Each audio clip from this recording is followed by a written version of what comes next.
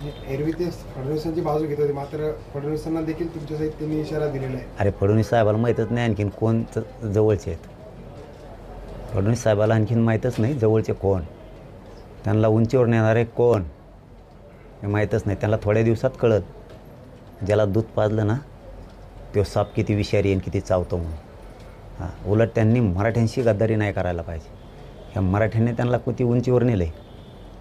त्यांनी पूर्ण पिढ्या उपकार विसरायला नाही पाहिजे, मागच्या पण आणि पुढच्या पण त्यांचे. इतकं समाधान पण छगन भुजबळ मंत्री पद दिलं त्याच्यामुळे सापाला त्याला त्या पहिलंच होतं, त्याला पहिलंच होतं. आणि हे म्हणले ना आत्तापर्यंत फडणवीसांकडून होते, आता बोलायला लागले, ते तसलेच आहेत पहिल्यापासून. जिथं खायचं तिथंच हागायची सवय लागली आहे त्यांना ताटातच. ती पहिल्यापासूनची सवय आहे. ते फडणवीसांना ओळखत नाही. जे फडणवीसांना मोठं करणार आहेत नेमकं त्यांचंच नरडं घोटण्याचं काम फडणवीस करतात प्रत्येक वेळेस. ज्यांनी मोठं केलं त्यांनाच. मराठ्यांनी त्यांच्यासाठी किती घासलं आहे, मराठ्यांनी किती सोसलं आहे हे फडणवीसाच्या लक्षातच नाही आहे. आणि ते ज्याला नाही त्याला मोठं करत बसतात. 29 ऑगस्टला तुमचं मुंबईला उपोषण आहे, त्या अनुषंगानं काही तयारी चालू आहे? काय काय तयारी चालू आहे? हा समाजाच्या खांद्यावरती जबाबदारी आहे. कारण नारायणगडाचा ज्यावेळेस कार्यक्रम झाला होता त्यावेळेसही मला चालता उठता येत नव्हतं. त्यामुळं मी कुठंच राज्यात बैठका घ्यायला गेलो नाही जिल्ह्यात. आणि त्यावेळेसही नारायणगडाच्या वेळेस मराठा समाजानं खांद्यावर दिलेली जबाबदारी पार पाडली. तशीच मुंबईची सुद्धा सगळी जबाबदारी मराठा समाजाच्या खांद्यावरती, की मला बैठकाला जाता येणार नाही, मला चालता उठता येत नाही आहे.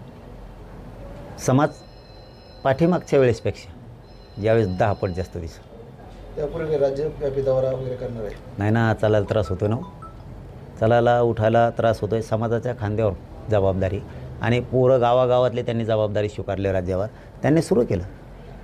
गावात पूर्वीसारखं जे आमचं ठरलं होतं, कोणाला काय मागायचं नाही, काय नाही, आपलं गाव आपल्याच लेकरासाठी मागायचं, आपण आपल्याचंच जमा करायची आणि गाड्या लावायच्या आणि मुंबईकडे निघायचं.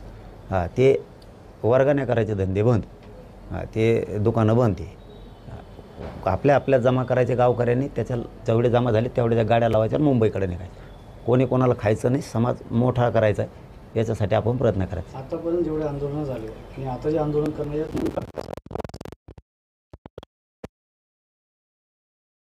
मग हा सगळा पाचका होईल आधी नसतं सांगत मी.